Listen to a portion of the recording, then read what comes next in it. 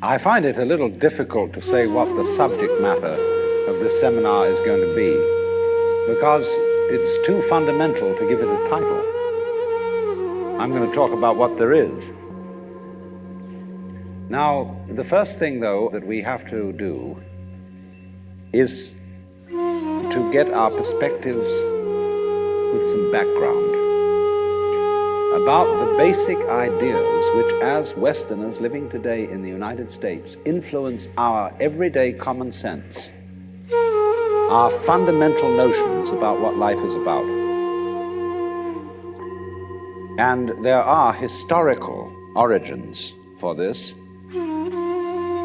which influence us more strongly than most people realize.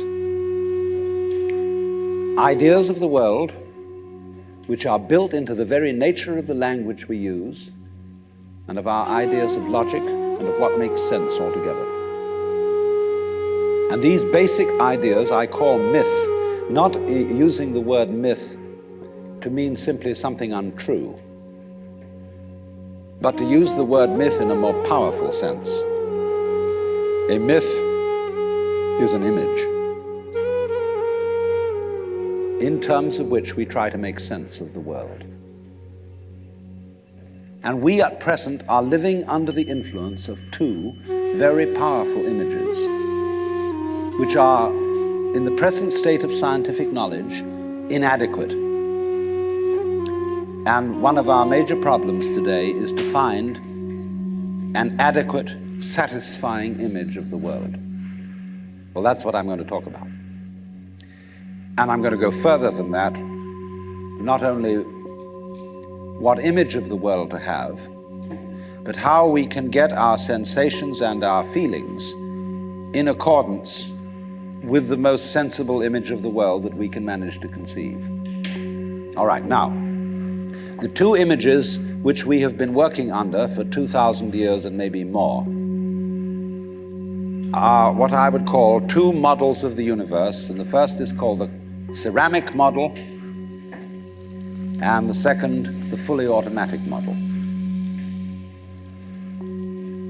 The ceramic model of the universe is based on the book of Genesis, from which Judaism, Islam, and Christianity derive their basic picture of the world. And the image of the world in the book of Genesis is that the world is an artifact.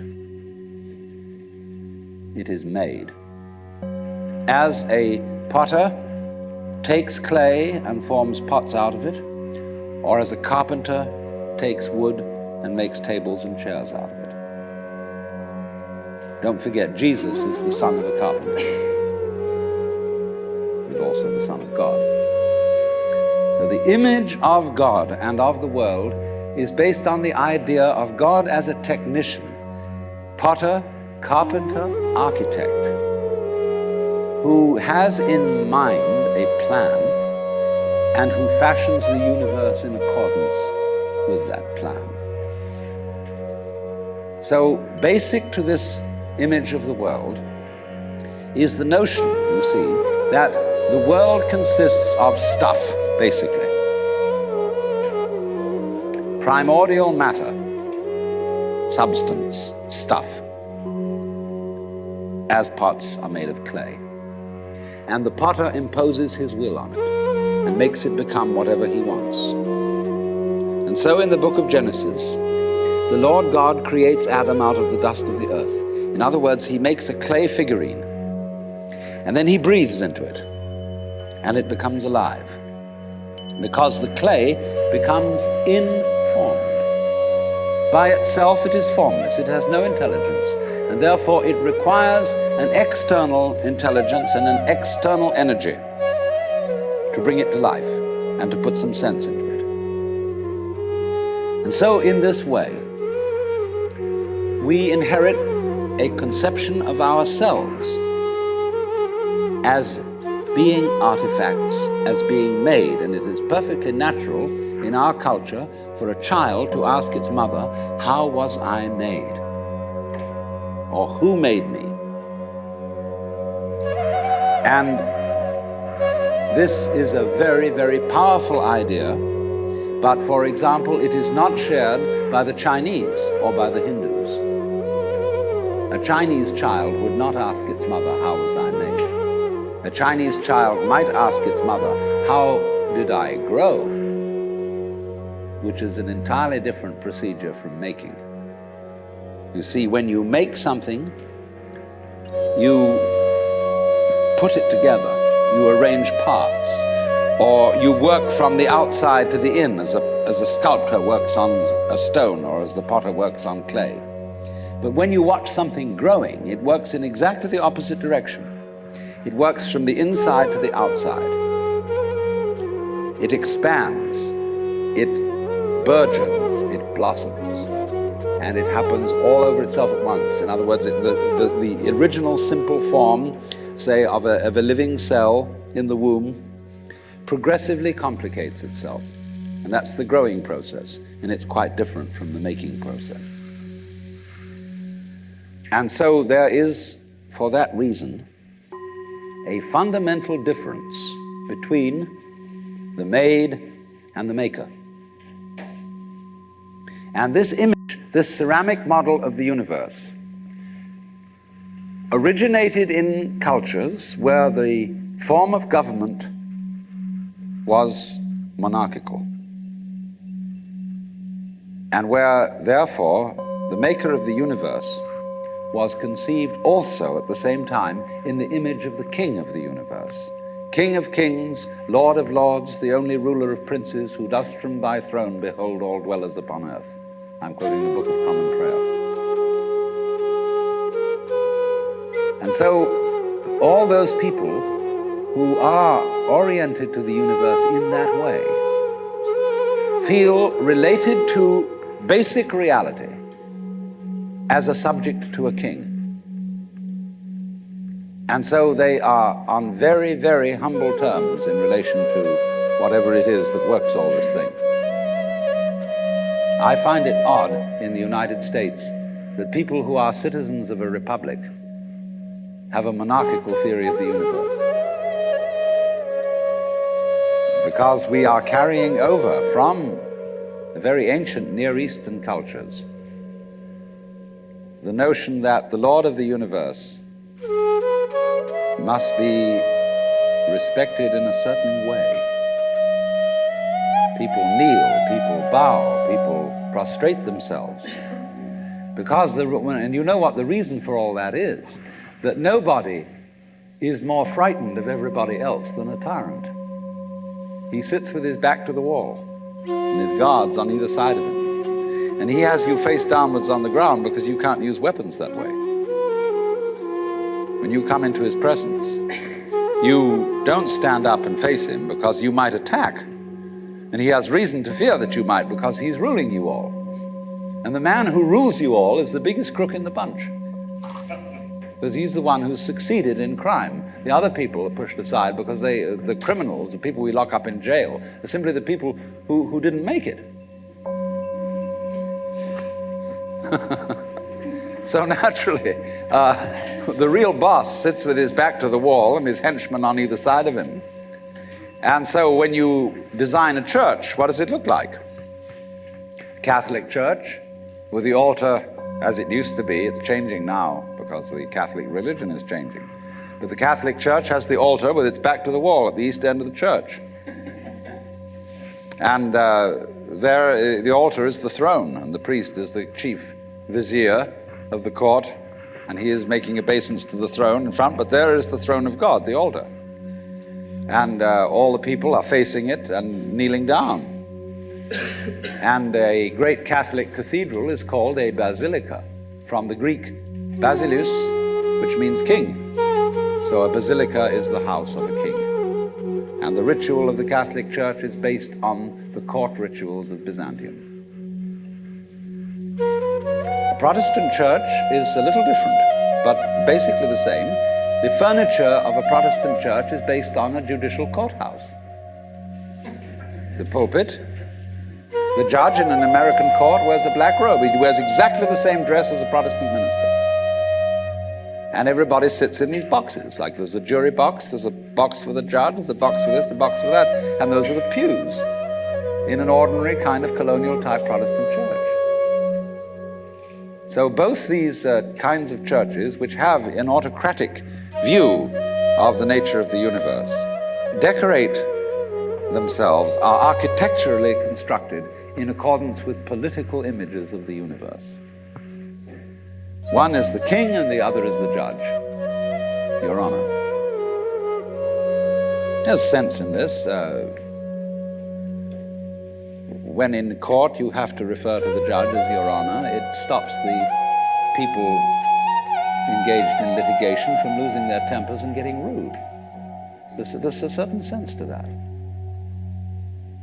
But when you want to apply that image to the universe itself, to the very nature of life, it has limitations. For one thing, the idea of a difference between matter and spirit. This idea doesn't work anymore. Long, long ago, physicists stopped asking the question, what is matter? They began that way. They wanted to know, what is the fundamental substance of the world? And the more they asked that question, the more they realized they couldn't answer it. Because if you're going to say what matter is, you've got to describe it in terms of behavior. And that is to say, in terms of form, in terms of pattern. You tell what it does. You describe the smallest shapes of it that you can see. Atoms, electrons, protons, mesons, all sorts of subnuclear particles.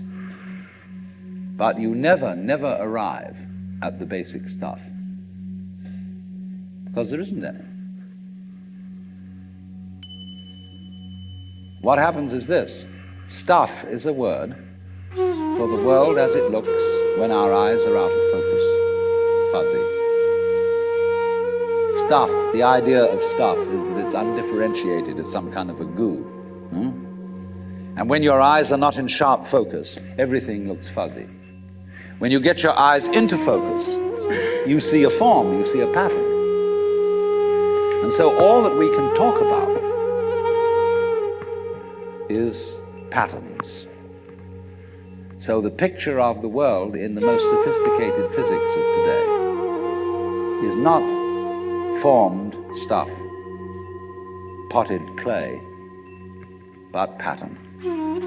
A self-moving, self-designing pattern, a dance. And we haven't yet, our common sense as individuals hasn't yet caught up with this. Well, now, in the course of time, in the evolution of Western thought, the ceramic image of the world ran into trouble and changed into what I call the fully automatic model or image of the world. In other words, Western science was based on the idea that there are laws of nature. And it got that idea from Judaism and Christianity and Islam. That, in other words, the potter, the maker of the world, in the beginning of things, laid down the laws. And the law of God, which is also the law of nature, is called the Logos. And in Christianity, the Logos is the second person of the Trinity, incarnate as Jesus Christ, who thereby is the perfect exemplar of the divine law.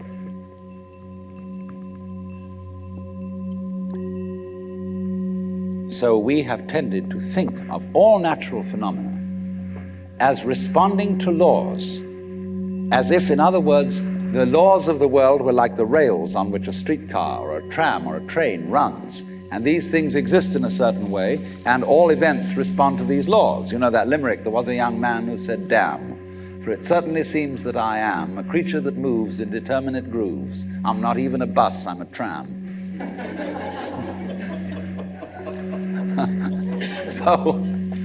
Here's this idea that there's a kind of a plan, and everything responds and obeys that plan. Well, in the 18th century, Western intellectuals began to suspect this idea. And what they suspected is whether there is a lawmaker, whether there is an architect of the universe. And they found out, or they reasoned, that you don't have to suppose that there is. Why? Because the hypothesis of God does not help us to make any predictions.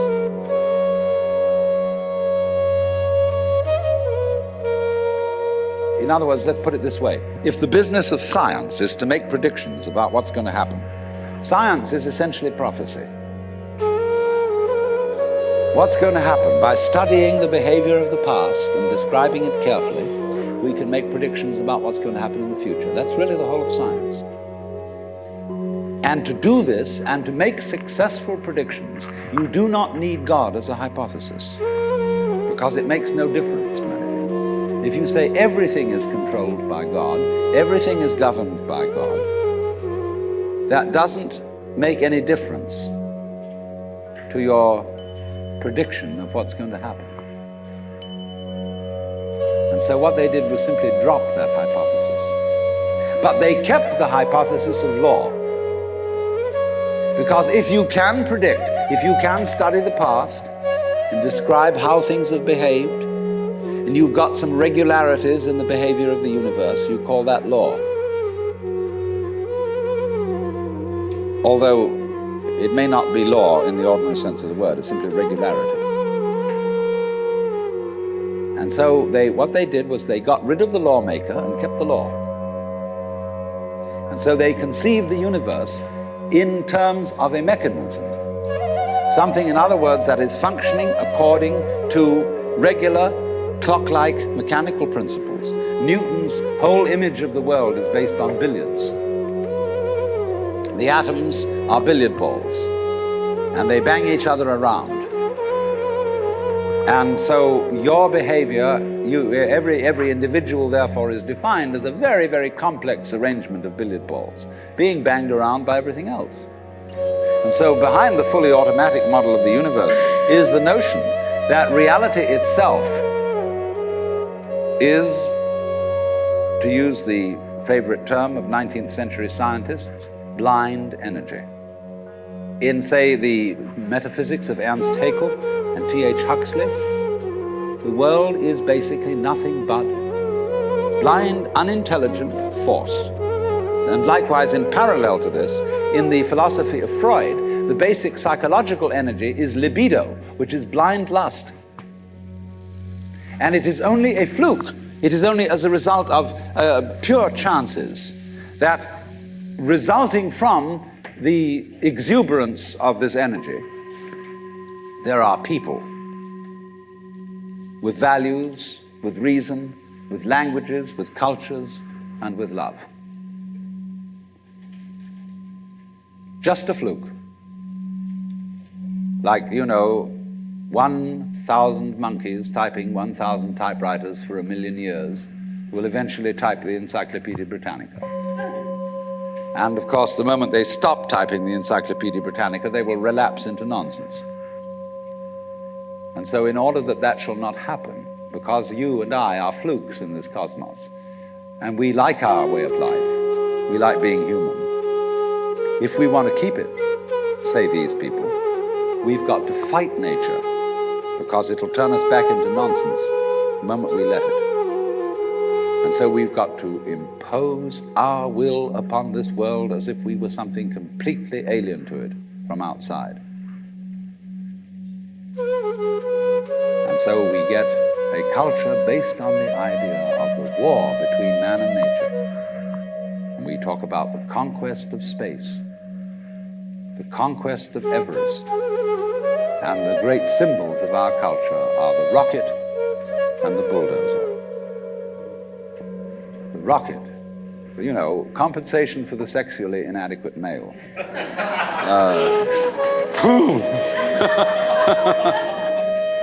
So we're going to conquer space. You know, we're in space already, way out. If anybody cared to be sensitive and let what's outside space come to you, you can, if your eyes are clear enough. Aided by telescopes, aided by radio astronomy, aided by all the kind of sensitive instruments we can devise. We are as far out in space as we're ever going to get.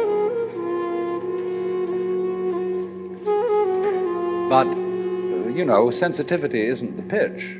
Especially in the WASP culture of the United States, we define manliness in terms of aggression. You see, because we're a little bit frightened as to whether we are really men. And so we put on this great show of being a tough guy.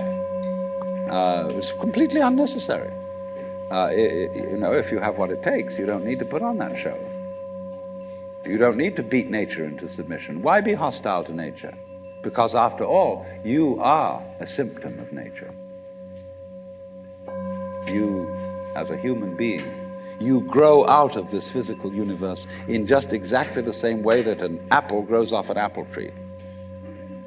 So let's say the tree which grows apples is a tree which apples, using apple as a verb. And a world in which human beings arrive is a world that peoples. And so the existence of people is symptomatic of the kind of universe we live in. Just as spots on somebody's skin are symptomatic of chickenpox. But we have been brought up by reason of our two great myths, the ceramic and the fully automatic, not to feel that we belong in the world. So our popular speech reflects it. We say, I came into this world. You didn't, you came out of it. We say, face facts. We talk about encounters with reality, as if it was a head-on meeting of completely alien agencies, and the average person has the sensation that he is a somewhat that exists inside a bag of skin, the center of consciousness, which looks out at this thing, and what the hell's it going to do to me? You see? I recognize you kind of look like me, and I've seen myself in a mirror, and you look like you might be people. So maybe you're intelligent, maybe you can love too, and perhaps you're all right. Some of you are anyway. If you've got the right color of skin, or you have the right religion, or whatever it is, you're okay. But there are all those people over in Asia, Africa, and they may not really be people. When you want to destroy someone, you always define them as unpeople, not really human. Monkeys maybe, idiots maybe, machines maybe, but not people. But we have this hostility to the external world because of the superstition, the myth, the absolutely unfounded theory that you yourself exist only inside your skin. Now, I want to propose another idea altogether. You know, there are astronomers that say there was a primordial explosion, an enormous bang millions of years ago, billions of years ago, which flung all the galaxies into space. Well, let's take that just for the sake of argument and say that was the way it happened. It's like you took a bottle of ink and you threw it at a wall. Smash, and all that ink spreads. And in the middle, it's dense, isn't it? And as it gets out on the edge, the little droplets are finer and finer and make more complicated patterns. See? So in the same way, there was a big bang in the beginning of things, and it spread. And you and I, sitting here in this room, as complicated human beings, are way, way out on the fringe of that bang. We're the complicated little patterns on the end of it. Very interesting. But so we define ourselves as being only that. If you think that you are only inside your skin, you define yourself as one very complicated little curlicue, way out on the edge of that explosion, way out in space and way out in time. Billions of years ago, you were a big bang. And now you're a complicated human being. And then we cut ourselves off like this and don't feel that we're still the big bang. But you are. Depends how you define yourself. You are actually, if this is the way things started, if there was a Big Bang in the beginning, you're not something that is a result of the Big Bang on the end of the process. You are still the process. You are the Big Bang, the original force of the universe coming on as whoever you are. See, when I meet you, I see not just what you define yourself as, Mr. So-and-so, Miss So-and-so, Mrs. So-and-so. I see every one of you as the primordial energy of the universe coming on at me in this particular way. I know I'm that too. But we've learned to define ourselves as separate from it. And so what I would call a kind of a basic problem we've got to go through first is to understand that there are no such things as things. That is to say, separate things or separate events. That is only a way of talking. And if you can understand this, you're going to have no further problems. I once asked a group of high school children, what do you mean by a thing? And first of all, they gave me all sorts of synonyms. They said it's an object, which is simply another word for a thing. It doesn't tell you anything about what you mean by a thing. And finally, a very smart girl from Italy who was in the group said a thing is a noun. And she was quite right. A noun isn't a part of nature, it's part of speech. There are no nouns in the physical world.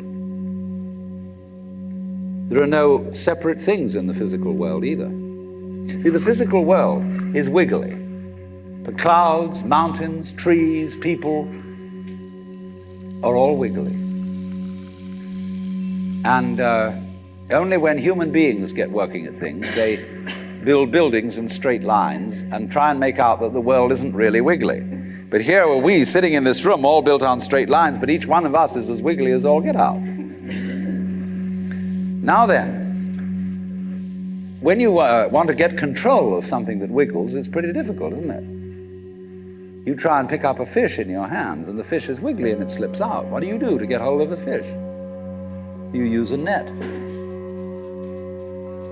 And so the net is the basic thing we have for getting hold of the wiggly world. And so if you want to get hold of this wiggle, you've got to put a net over it. And I can number the holes in a net. So many holes up, so many holes across. And if I can number these holes, I can count exactly where each wiggle is in terms of a hole in that net. And that's the beginning of calculus, the art of measuring the world. But in order to do that, I've got to break up the wiggle into bits. And I've got to call this a specific bit, and this the next bit of the wiggle, and this the next bit, and this the next bit of the wiggle. And so these bits are things or events. Bits of wiggles, which I mark out in order to talk about the wiggle, in order to measure it, and therefore in order to control it. But in nature, in fact, in the physical world, the wiggle isn't bitted. Like you don't get a cut-up fryer out of an egg. But you have to cut the chicken up in order to eat it. You bite it. But it doesn't come bitten. So the world doesn't come thinged. It doesn't come evented. You and I are all as much continuous with the physical universe as a wave is continuous with the ocean. The ocean waves, and the universe peoples. And as the wave, I wave at you and say, you! The world is waving at me with you and saying, hi, I'm here. But our consciousness, the way we feel and sense our existence, being based on a myth that we are made, that we are parts, that we are things, our consciousness has been influenced so that each one of us does not feel that. We feel we have been hypnotized, literally hypnotized, by social convention into feeling and sensing that we exist only inside our skins. That we are not the original bang, but just something out on the end of it. And therefore we are scared stiff. Because my wave is going to disappear. And I'm going to die. And that would be awful. We've got a mythology going now, which, as Father Maskell put it, we're nothing but something that happens between the maternity ward and the crematorium. And that's it. And therefore, everybody feels unhappy and miserable. You know, this is what people really believe today. You may go to church, you may say you believe in this, that, and the other, but you don't. Even Jehovah's Witnesses, who are the most fundamentalists, they're polite when they come round and knock at the door. But if you really believed in Christianity, you'd be screaming in the streets. But nobody does. You'd be taking full-page ads in the paper every day. You'd have the most terrifying television programs. The churches would be going out of their minds if they really believe what they teach. But they don't. They think they ought to believe what they teach. They believe they should believe, but they don't believe it, because what we really believe is the fully automatic model. And that is our basic, plausible common sense.